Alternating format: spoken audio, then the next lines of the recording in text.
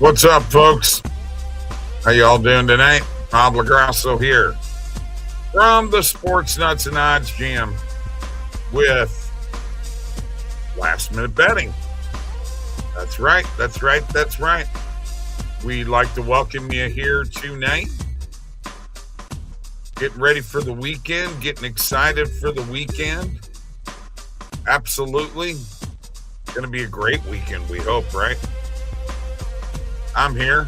Hope you're ready for some bets. That Sharp Money has been really, really good for us here recently. And I also got some little holiday features here and there that I'm going to throw at you. I think you'll kind of enjoy it. I'm feeling kind of festive here right now. Got me a little gingerbread there in the corner. Getting ready for the holidays. Christmas, man. Most wonderful time of the year, right? Mike should be with me here.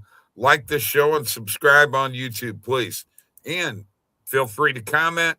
We do have live chat available. Live chat is available. So join us there. But by the way, in the description of the video below, there is a link to check out Sharp Money from OddsJam. There is a 7-day free trial. Check it out right now. It's been great so far. We've actually found some really good plays for Sharp Money here on this show. Really, really, really good plays. So that's probably the first thing I'm going to start off with. By the way, we are live on X. We're live on YouTube. We're live on Facebook. And Mike, you there? I'm getting here. Yeah, I'm getting here. Just us tonight, huh? I guess. I must have ticked the other guys off. Uh-oh. We must have. I don't know. How'd you manage to do that? I don't know. It's probably anything that I say on this show that ticks them off. So, well, can't handle the heat, get out of the kitchen. Yeah. That's what we say. I'm going to actually share my screen. What's up, Lucas? Start off with the bet tracker. What's up, Lucas? You be a good boy this weekend. All right. No guarantees there. Gotta share this from last night. There it is. Only one play that we pulled from Sharp Money last night, but it won. And the 3 plays the night before won. And the 3 plays the night before that won. Okay. Now Mike, we are on a 7-game winning streak right now. 7 bets in a row from Sharp Money, all on this show. So I'm going to start off here looking, and unfortunately, I'm not seeing anything doing what I want it to do, which is exceed that pinnacle limit. Let me go to my filters here real quick. We selected all. I think what I'm going to do is I'm going to go down to cross market. And I'm going to go to that negative 3%. Just to get an idea of what's happening out here. Okay, so the Charlotte play I'd jump on if there was more liquidity. Got to get it up and over 10 grand in order for me to hit that. This Cavaliers game is interesting because there's a minus 14.5. There's a bunch of minus 15s out here. Yeah, I got to be honest with you. Nothing is really shaking for me right now. No, I'm not seeing nothing. So nothing that I'm looking to jump on right now. Not at this moment. We'll come back. Maybe let's go ahead and check out player props while we're at it. Remember, I'm going to tell you right now, if there's about 6 or 7 grand on a player prop with no liquidity, you might think about jumping on it. Okay. The DeBrincat play the other night was one of those that would meet that criteria. But I'm not seeing enough. Just not seeing enough for you right now. Let me go back, change my cross market. It is at 0%. So let's take the cross market down to a -3 and see if that changes anything. Not really. So you know what? I'm going to back off here right now of sharp money, and we'll come back. Doesn't mean there's going to be a play up there every minute of the day, folks. Okay?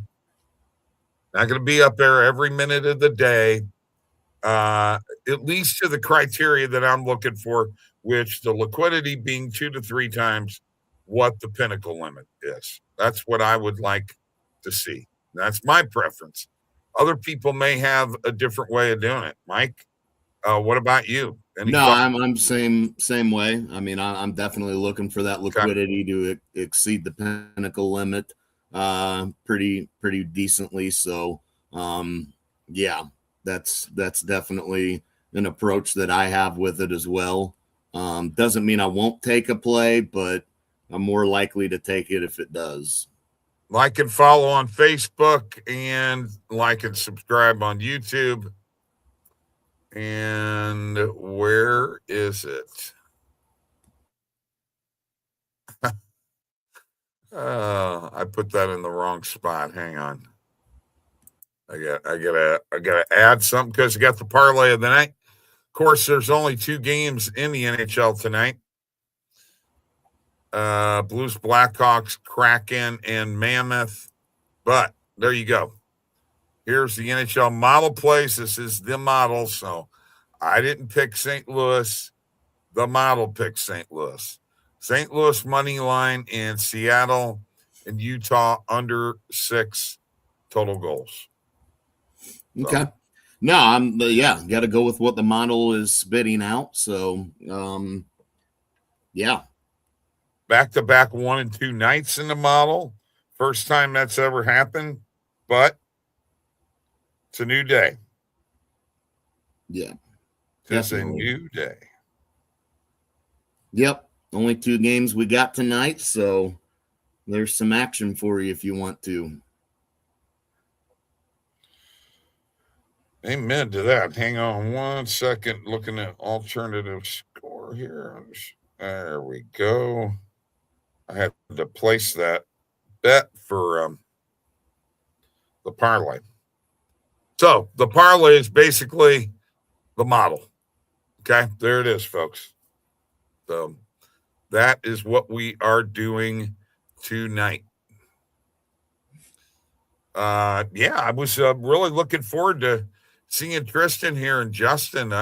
Justin got a shot to win 500, man. Yeah. Gonna be interesting week there for you guys, and see what happens. You mean the guys that are in the playoffs? Mm-hmm. Yeah, I mean, Justin got a big game out of Bijan Robinson, so that helped him out. And let's talk about the big game, Mike. Come on. Well, yeah, I mean, that's crazy.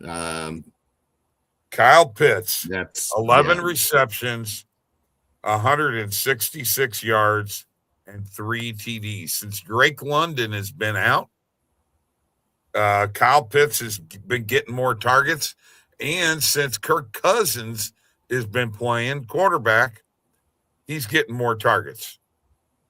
I mean, there's no reason that guy can't be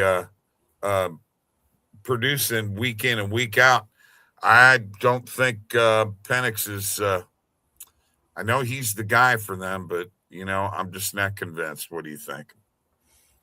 No, I'm not either. Not either. And one thing we should have noted last night, Cousins has won his last 3 starts against Tampa Bay. So, Atlanta was probably the route to go last night, clearly. Tampa Bay's in a lot of trouble right now.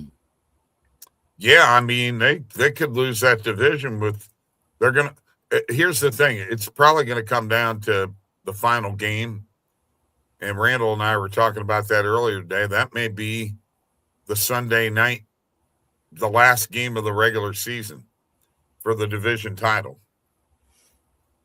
Yeah, very, very possible that happens. And they play 2 of these last 3 games against each other. I mean, obviously Carolina's got to play this week's game against New Orleans, but 2 of their last 3 games are going to be head-to-head. So those are going to be huge games. Carolina's still got Seattle left. And then Tampa Bay's got Miami's been playing better. So that's a game now you look at for Tampa Bay, and that may not be as winnable of a game as we once thought. So yeah, those 2 head-to-head games for Carolina and Tampa Bay will determine that division, no doubt about it. Mike Evans was pissed on the sidelines last night. Mike Evans was pissed on the sidelines last night when they kicked that field goal. I mean, he was pissed. They blew a lead that there's no reason to blow. He's pissed about the 3rd down. Yes. Well, they had third and 28. Yeah. Yes, that's the play that moved them into field goal range. And a 51-yarder anymore. That does it for you. A 51-yarder is a chip shot for these guys anymore. I mean, yeah, it's pretty much. I mean, for most guys, yeah. I mean, it's not. I mean, yeah, you see guys miss big field goals though. Still, you're going to have that, but yeah, I mean, you can get yourself to a 51-yard field goal. You're feeling great nowadays. I mean, even 55 yards, you got a shot at it. These guys can drill it. So, yeah, once upon a time, that would not be an ideal field goal for a lot of guys. I mean, guys could hit it, and it happened. Don't get me wrong. I think we got some technical issues here. There we go. We're back. Yeah. You were kind of cutting out there, but that happens. No biggie. Let's see. Trade in the NHL. They both were, yeah.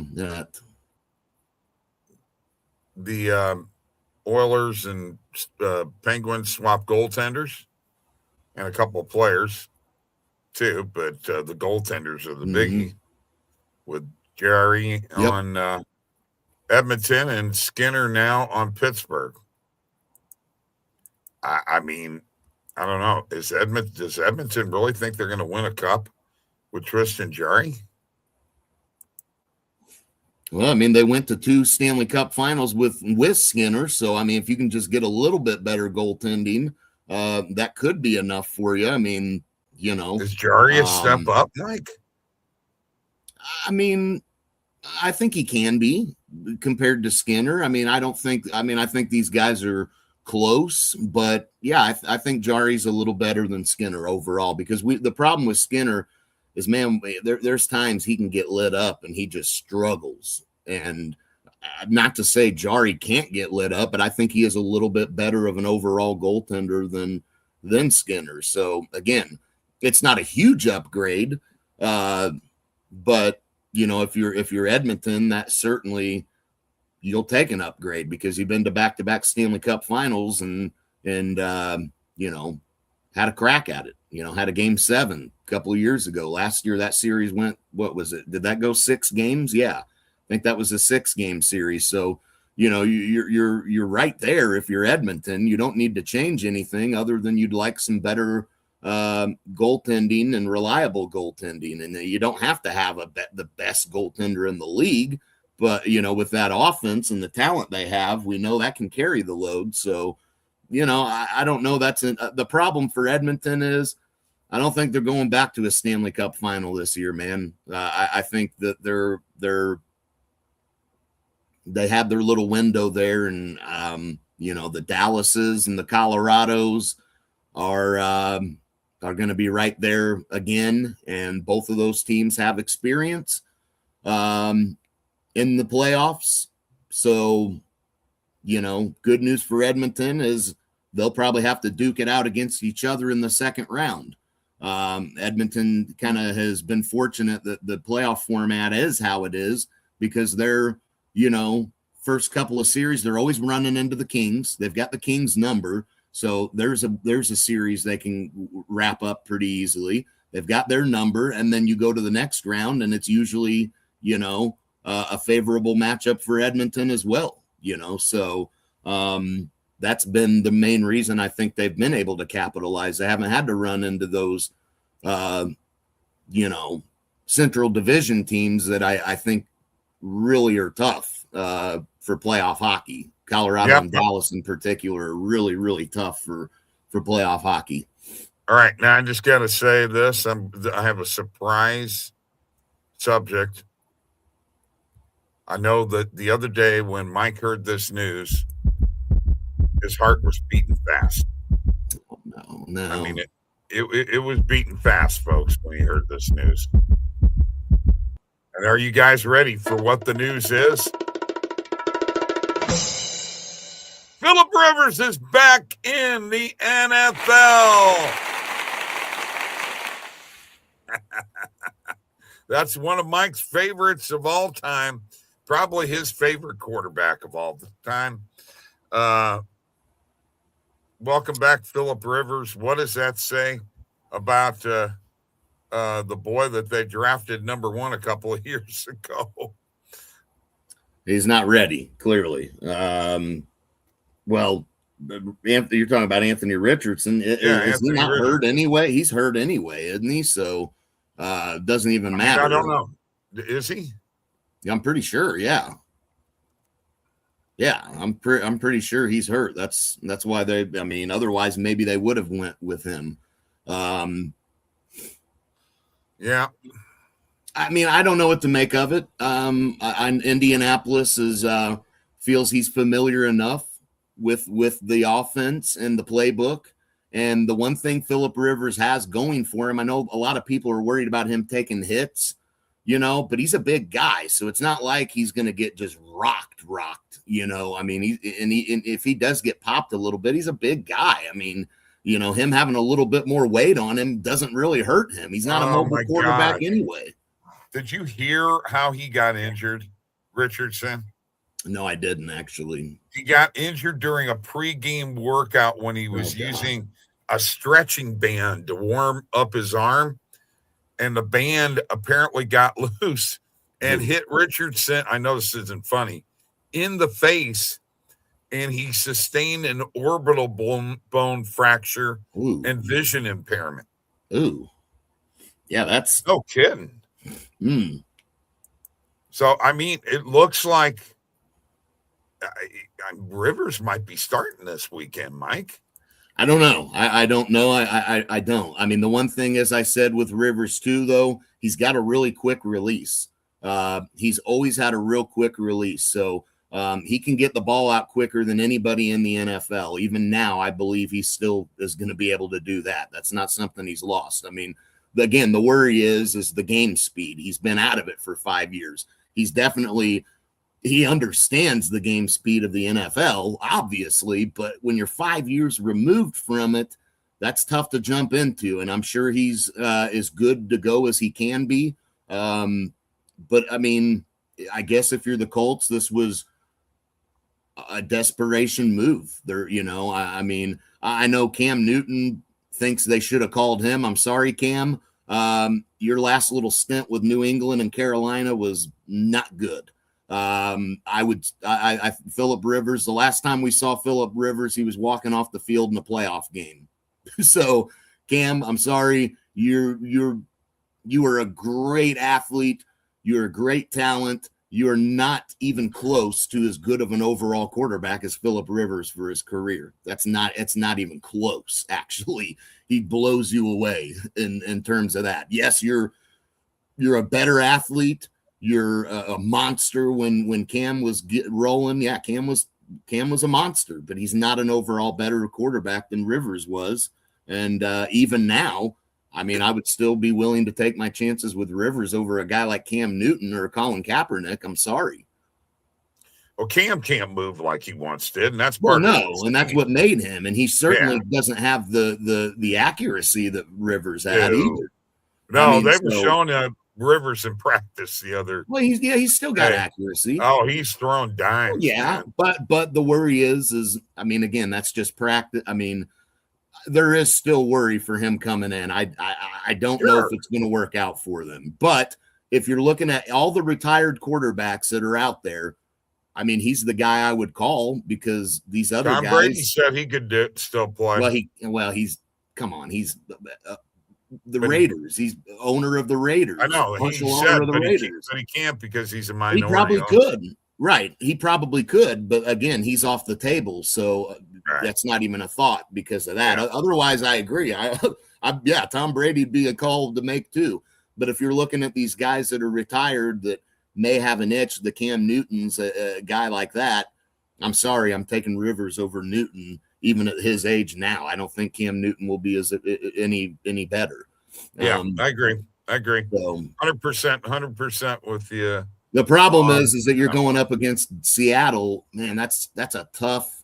I mean, talk about throwing them to the wolves, man. Seattle's defense is really good, dude. Oh yeah, they're good. All right, there is the parlay of the night, according to the model. And don't ask me why the whole thing ain't showing up there. There we go. Parlay of the night. Today's NHL model plays. They're the same thing as the parlay blues money line. Seattle, Utah under 6. And I think we're going to head out of here. We don't have any company here tonight. I don't know about you. I'm a little disappointed them guys didn't show up. What'd you do to them, Mike? Who knows? What'd you do to them? By the way, happy holidays. Thank you for joining us. As always, we'll be back on Monday. I'm ready to get the weekend started.